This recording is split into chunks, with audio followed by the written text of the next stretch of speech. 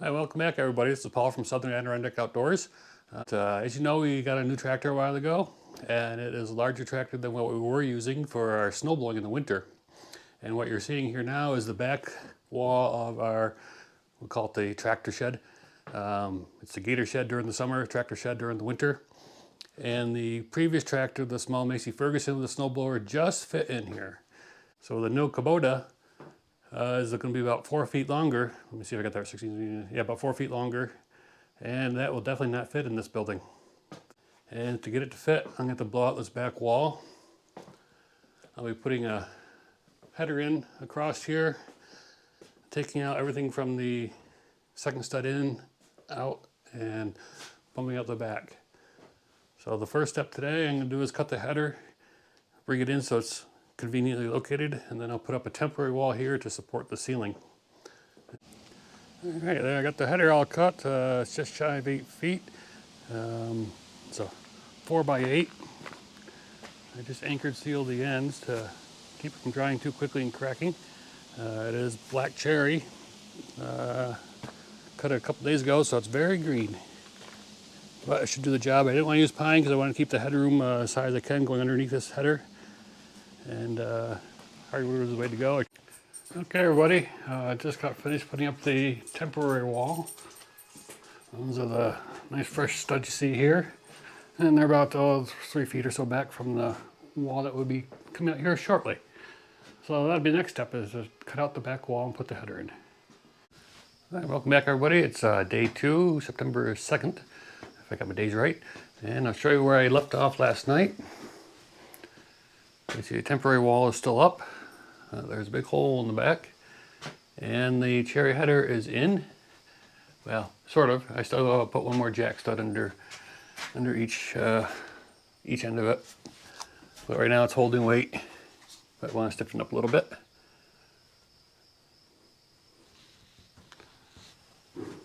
Or maybe I should put a big old picture window in back there, huh? Okay, next step's going to be to put in 2 jack studs and then take down this temporary wall. Alright everybody, here we go. Let's see, where did I leave off? I don't remember. Anyways, got 2 jack studs in there on each side. 2 new ones I never used on the old ones. And let's see, trimmed off the siding. So it's all nice and flush. It's been a while since I had you guys out here checking out the extension to the tractor shed. I have done some work on it, but it's been you know, an hour here, half hour there. So you can see with the original tractor shed, and then this little bump out here. And it is got 1 rafter up, a bunch more to go. Got the back wall up. Once I have the rafters up, I'll fill in the end walls here, and then put some plywood on the roof. Don't know if I'll get all that today, but just wanted to bring you up to date as well. And you may notice those little blocks up there on the header. The light looks rather dim. That's better.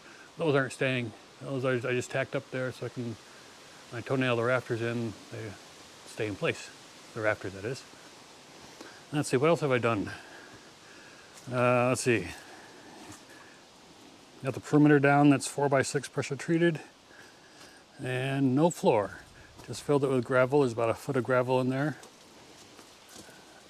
I did put a little French drain thing in here to get any water out. But might be surprised that no foundation up here in the north. Usually we go 4 feet down. But the shed's just sitting on grade on a slab. So I want to keep it the same. So if one moves, they both move the same.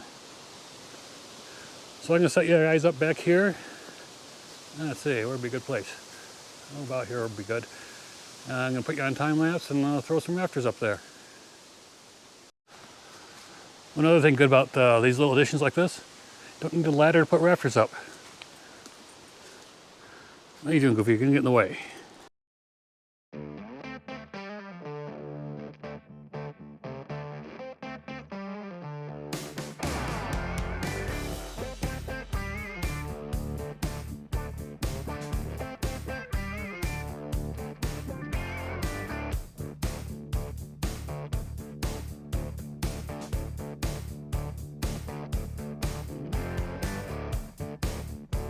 Okay, well the rafter's all in. I'll put a couple more tacks in each one up at the top.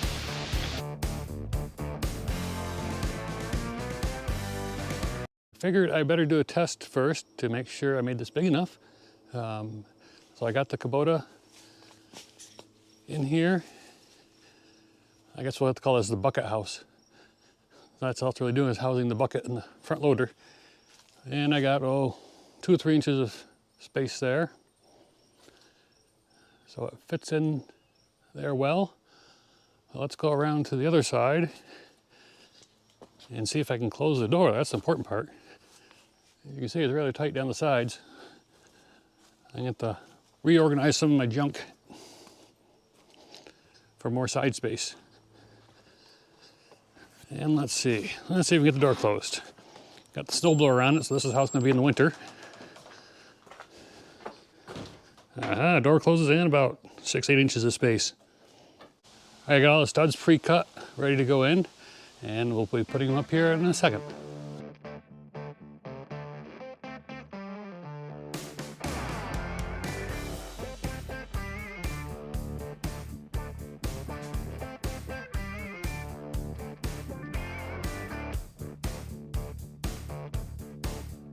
I just realized got a fun job ahead of me. I'll bring you in here. So I got 2 rafters here and the top plate. And this space here has to be filled in before I put the plywood on. Otherwise, birds and whatnot can get through in there. And I'm not trying to make it airtight, but at least want to keep critters out. So that's a fun job I'll be doing next.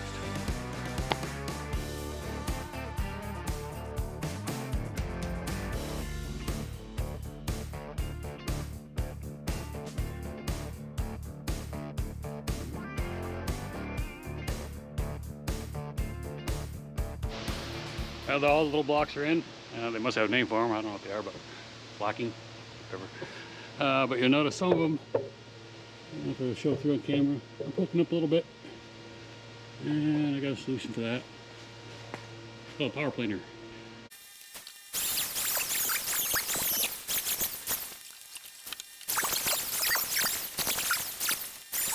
And I didn't film earlier, I was rushing to get some plywood and tar paper on the roof before some thunderstorms hit this afternoon.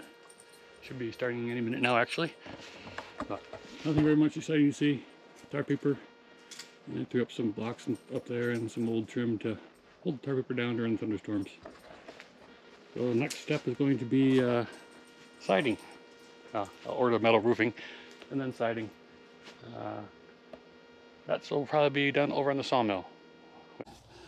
But so I have a cant up here, white pine, that I just milled up and just kind of make some lap siding out of it.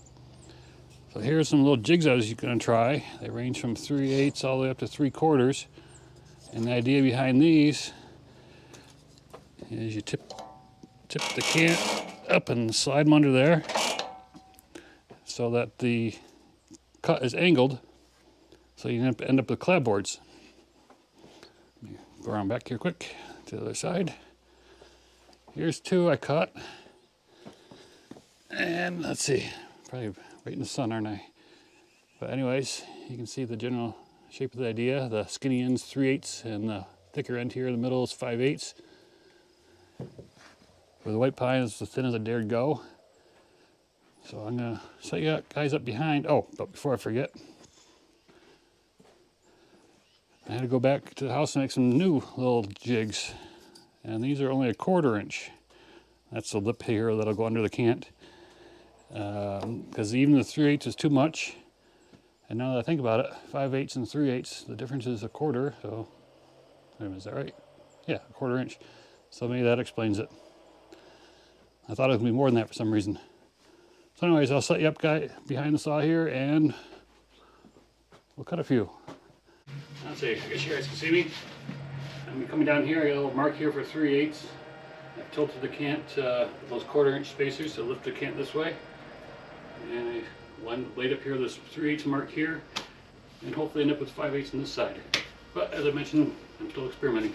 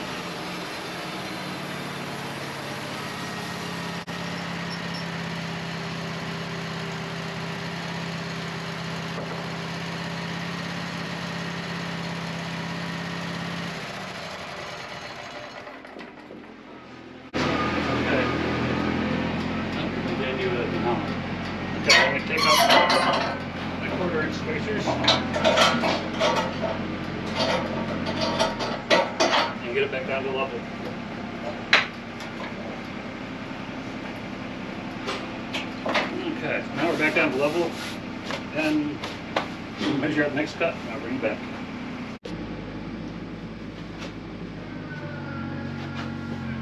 Okay, I think I got the math figured out. I think. We'll see. But I think I had to go down 5/8. The can is now flat. Taper from the last cut. I think I have to go down 5/8 to get this down to 3/8. We're making 5/8 on this side. So that'd be on the middle, that'd be going down 5/8 plus an 1/8 for the blade. So 6/8.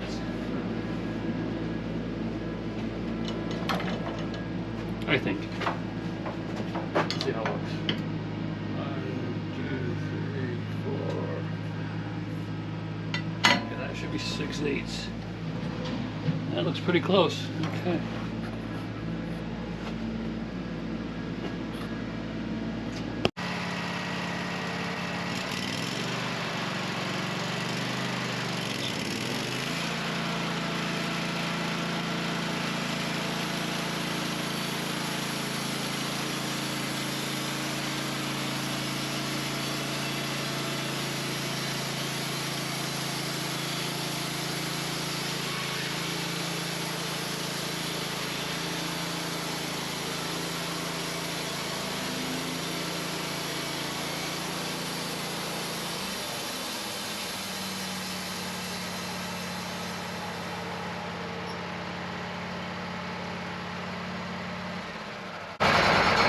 Okay, well, I think you guys get the idea of that. Pretty straightforward.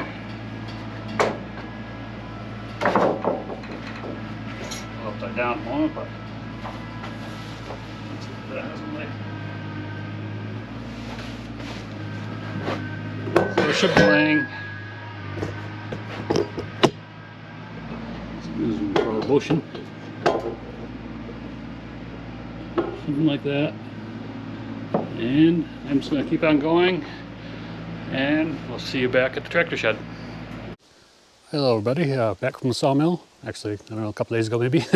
But got the pine siding sawn up and got about 40 pieces around 10 feet long there, ready to go up. These actually came from the trees I saw cut down in the prior video of the hiring the pros to take down some trees, well, 15 feet over that away. There's the double trunker maple, and there's the white pine that we took down, and there's the same white pine. Okay, everybody got started without you. Put up the first 2 boards.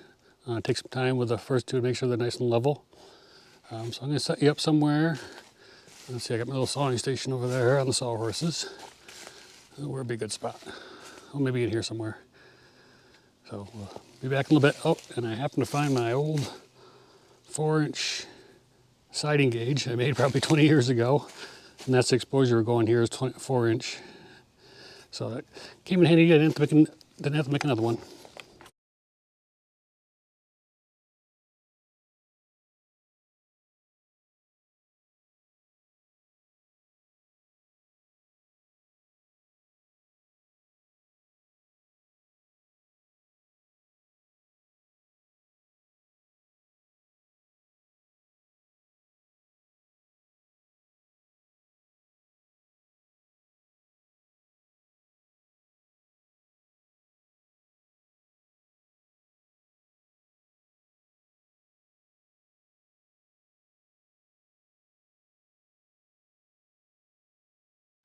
Okay, everybody, I guess that's what I'm going to do it for tonight. You can see I got most of the wall done.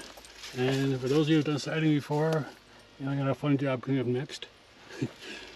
Yeah, cut around all these rafters, get the siding up around them. Probably twice by the looks of things. Hi, hello everybody. Today's October 11th. I just finished up 2 days ago the tractor shed edition, and here it is. So all the siding's up, the roofing's on. I didn't do much filming because of the weather we've been having. It's been not very conducive to filming, but everything's ready to go for winter. Come springtime, we will stain it, or actually probably summertime. Next summer we'll stain it. I put a cherry fascia on there. So finally, finally it is complete. It took me a month and a bit, but I was working on and off, but it's finally done. And I'll show you on the inside. Still got some cleanup to do of tin and whatnot. All right. So here we are from the inside. There's the cherry header. The gravel floor. And very exciting, huh? And the Kubota just fits in here, so it's going to work out good. So until next time, thanks for watching. Be sure to like and subscribe, and look for our future videos.